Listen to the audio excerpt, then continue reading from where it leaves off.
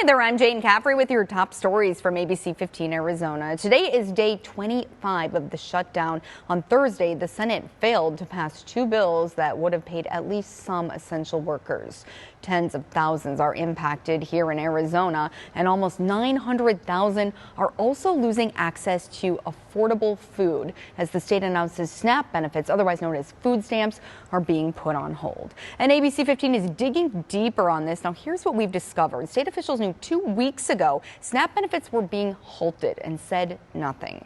ABC15's political reporter Manuelita Beck has been pushing for answers on this over the past few days. Well, she finally got them, and she's asking Arizona Governor Katie Hobbs directly, why weren't families notified sooner? 2 weeks ago, the federal government sent states this memo telling them to pause November payments for food stamps. But the Department of Economic Security didn't tell anyone until Thursday evening after I spent all day asking questions. On Friday morning, I asked Governor Katie Hobbs why it took so long. The Department of Agriculture sent out a memo to all states on October 10th telling them about this. That's the memo that was cited in the statement that DES gave me yesterday. Yeah. Why was this not told to people that their benefits wouldn't be paid until I asked questions about this yesterday? I don't know that's I don't have information about that.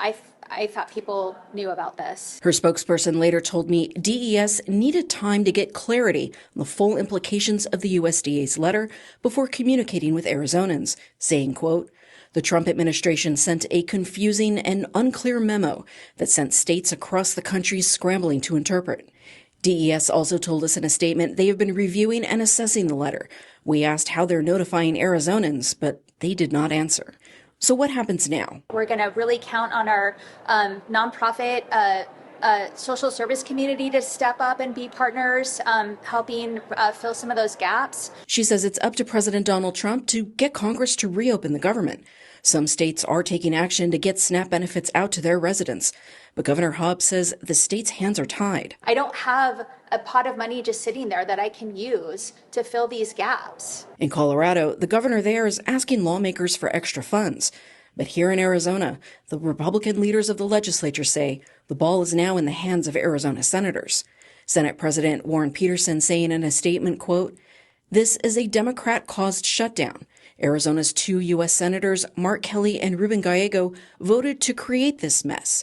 And now Arizona families are paying the price." Both Senator Kelly and Senator Gallego signed a letter with 47 Democratic senators demanding the USDA use contingency funds to maintain SNAP benefits.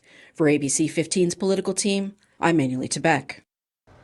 Your livelihood matters. If you're being impacted, let your elected representatives know. Contact their offices by phone or email, letting Arizona elected officials and Congress know how the lack of funding is impacting you could have an even larger impact in the long run. Well, ABC15 is bringing free consumer help directly to you. Our Let ABC15 Know on the Road event is coming to Tempe Marketplace Wednesday, November 5th. That's from 5 to 7 p.m. Dozens of legal and consumer experts will be there to offer in-person help and guidance. And you can get free advice on landlord issues, family law, car problems, debt counseling, estate planning, and a whole lot more. Again, the event is free and open to everyone. For more information, head to ABC15.com/consumer.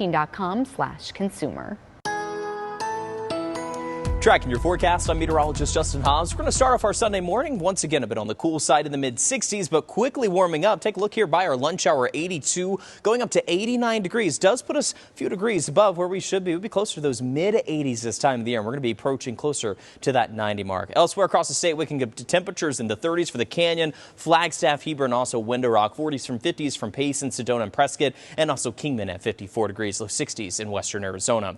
Afternoon high temperatures across the lower desert and western Arizona, mostly upper 80s, a few 90s on the board in Gila Bend. Up into the high country, 60s and 70s, 76 degrees for Sedona. Now, we are going to continue to warm up. We have high pressure building in here, and that's going to send our temperatures back into the 90s, unfortunately, this week. For Tuesday, Wednesday, and Thursday, we're going to be scoring temperatures around 90 to 92 degrees. Then we'll start seeing them fall right back into the upper 80s. We get ready for a Halloween weekend, and then we'll start seeing those overnight temperatures dipping back into the low 60s.